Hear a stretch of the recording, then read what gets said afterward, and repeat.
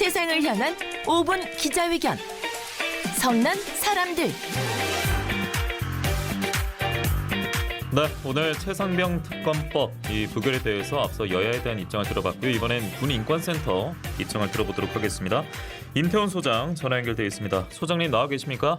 네, 안녕하십니까. 예, 안녕하십니까. 일단 재표결 결과부터 좀 어떤 분석을 내놓고 계신지 듣고 싶습니다.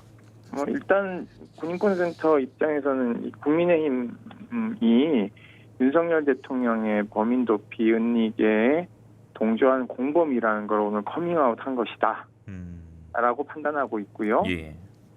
결국은 권력의 양심을 팔아서 집권 여당이 생명을 연장하려고 하는 거의 오늘 박제된 마지막 국회 모습을 국민들이 보신 거고요. 예.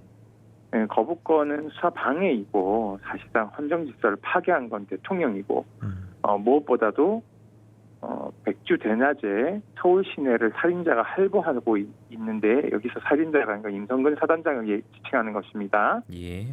검사를 지낸 대통령이 범죄 혐의를 받고 있는 사람의 편에 서서 사실은 국가의 책임을 방기하고 있다. 왜냐하면 저희가 세금을 내는 것은 국가로부터 안전과 어떤 생명을 보호받기 위해서 세금을 내지 않습니까? 예. 그런 것이 오늘 국민의힘과 대통령에 의해서 깡그리 무너졌다라고 판단하고 있습니다.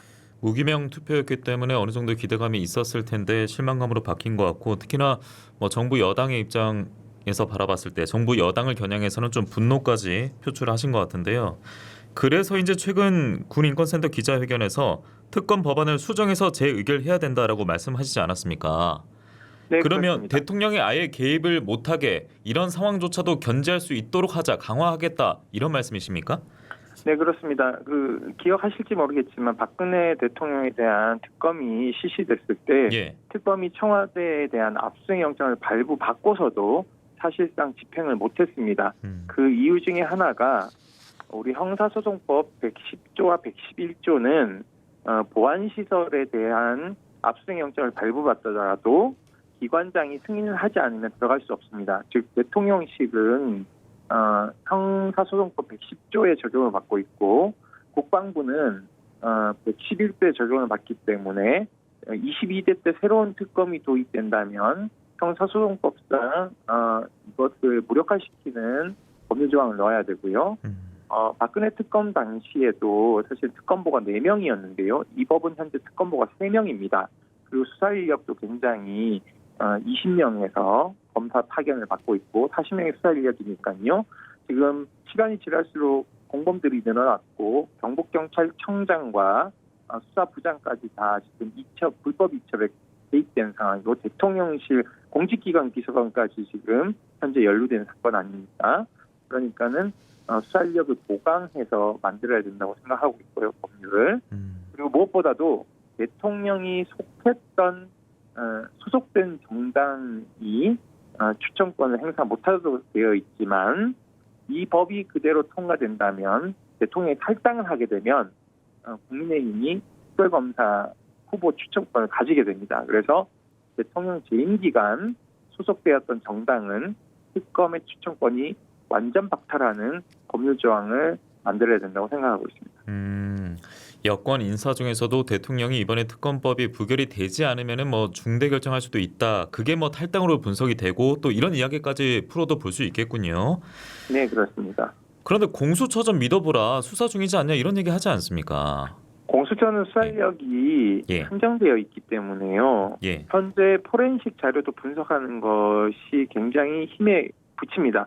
예를 들면 대통령 경로가 사실은 박정훈 대령의 망상이자 허위 사실이라고 비난하면서 오히려 박정훈 대령은 항명죄와 상담 명예훼손죄로 현재 재판을 진행 중이지 않습니까? 그렇죠. 그리고 과거에 구속영장까지 청구해서 기각이 됐는데요. 마치 엄청난 중대범죄자처럼 취급했지만 사실은 김계한 사령관 핸드폰을 포렌식을 해봤더니 참모 중 한 명과의 VIP 경로에 대한 이야기를 한 삭제된 녹음 파일이 복구가 됐습니다. 예.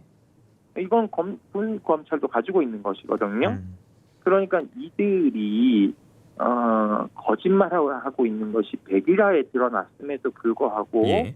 오히려 천연덕스럽게 대통령이 수사 외압한 것에 대해서 태도가 돌변해서 경로가 죄냐고 큰 소리를 치고 있는 상황입니다. 예.